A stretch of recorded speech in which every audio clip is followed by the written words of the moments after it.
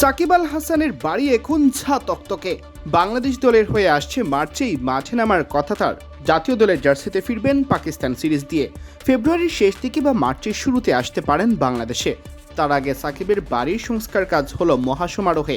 মাগুরায় অবস্থিত তার বাড়ির গেট মেরামত সম্পন্ন, বসেছে নতুন লাইট, এমনকি সিসিটিভি ক্যামেরা।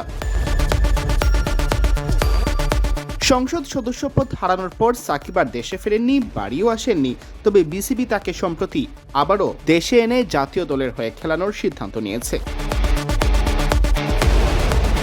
এই খবর শুনে তার বাড়ি সংস্কারের কাজ শুরু হয় জোর কদমে। ইতোমধ্যে তা প্রায় শেষের পথে। এক্সক্লুসিভ ফুটেজে দেখা গেছে সাকিবের বাড়ি গোছগাছ প্রায় সম্পন্ন। বাইরে থেকে দেখে যতটা বোঝা গেছে, সাকিবকে বরণের জন্য তার বাড়ি পুরোপুরি প্রস্তুত।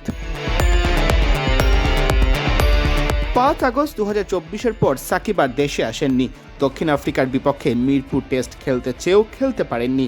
পাকিস্তান ও ভারত সফরের পর জাতীয় দলের জার্সিও আর গায়ে চাপানো হয়নি। অবসর কেন্দ্রিক পরিকল্পনাও ভেস্তে গেছে। সম্প্রতি বিডি ক্রিক টাইমকে দেওয়া সাক্ষাৎকারে সাকিব জানান, ভালোভাবে একটা সিরিজ খেলে অপশন নেওয়ার ইচ্ছেটা আমার এখনও আছে। এ কারণেই ক্রিকেট এখনও খেলে যাচ্ছি। একটা সিরিজ ভালো খেলে যদি শেষ করতে পারি, আমার কাছে ভালো লাগবে। এরপর গেল 24 জানুয়ারি বিসিবি সভায় সাকিবকে ফেরানোর সিদ্ধান্ত হয় জাতীয় দলে। এমনকি তাকে কেন্দ্রীয় চুক্তিতে আনা হতে পারে বলেও গুঞ্জন রয়েছে। দুই বোর্ড পরিচালক আমজাদ হোসেন ও আসিফ আকবর জানিয়েছিলেন, বোর্ডের পক্ষ থেকে সরকারের কাছে সাকিবকে চাওয়া হয়েছে। সাকিবকে দেশের মাটিতে অবসর দেওয়ার সুযোগটাও দেওয়া হবে। সিয়াম চৌধুরী, বিডি ক্রিক টাইম।